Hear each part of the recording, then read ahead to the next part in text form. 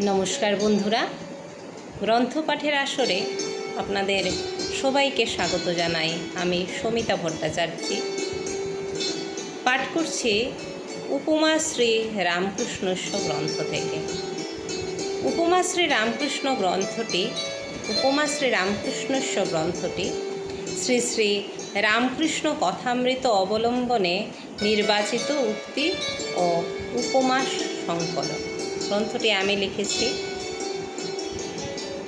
শ্রী শ্রী রামকৃষ্ণ কথামৃত অখণ্ড গ্রন্থে শ্রী শ্রী রামকৃষ্ণ পরমহংসদেবের মুখ নিঃসৃত অমৃতময় বাণী থেকে কুড়িয়ে নিয়ে এসে তার বিভিন্ন উক্তির প্রেক্ষিতে উপমাগুলি রয়েছে এই বইয়ে, যেখানে ঈশ্বর সগুণ, নির্গুণ, সাকার, আবার নিরাকার, এই কথাটির উপর সমগ্র কথামৃত অখণ্ড গ্রন্থে ঠাকুরের মুখ নিঃসৃত অমৃতময় বাণী যেগুলি রয়েছে সেগুলি এই অধ্যায়ে কুড়িয়ে আনার প্রচেষ্টা করেছি। বিগত দিনেও আমি এই অধ্যায় থেকে পড়ছিলাম।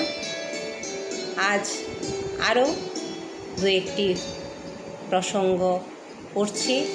ঈশ্বর সগুণ, নির্গুণ, সাকার এবং নিরাকার থেকে। ঠাকুর বলছেন উক্তি, তিনিই আস্তিক, তিনিই নাস্তিক, তিনিই ভালো, তিনিই মন্দ, তিনিই সৎ, তিনিই অসৎ, জাগা ঘুম এসব অবস্থা তারই, আবার তিনি এসব অবস্থার পার। এই উপমাটি দিয়ে এই উক্তি দিয়ে তিনি একটি উপমা দিয়েছেন, যে উপমাটি গল্পের আকারে।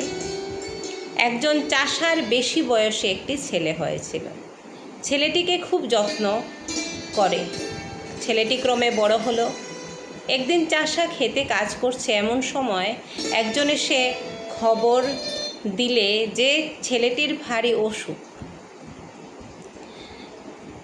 ছেলে যায় বাড়িতে এসে দেখে ছেলে মারা গেছে। পরিবার খুব কাঁদছে, কিন্তু চাষার চোখে একটুও জল নাই। পরিবার প্রতিবেশীদের কাছে তাই আরও দুঃখ করতে লাগলো যে এমন ছেলেটি গেল, এর চোখে একটু জল পর্যন্ত নাই। অনেকক্ষণ পরে চাষা পরিবারকে সম্বোধন করে বললে, কেন কাঁদছি না জানো?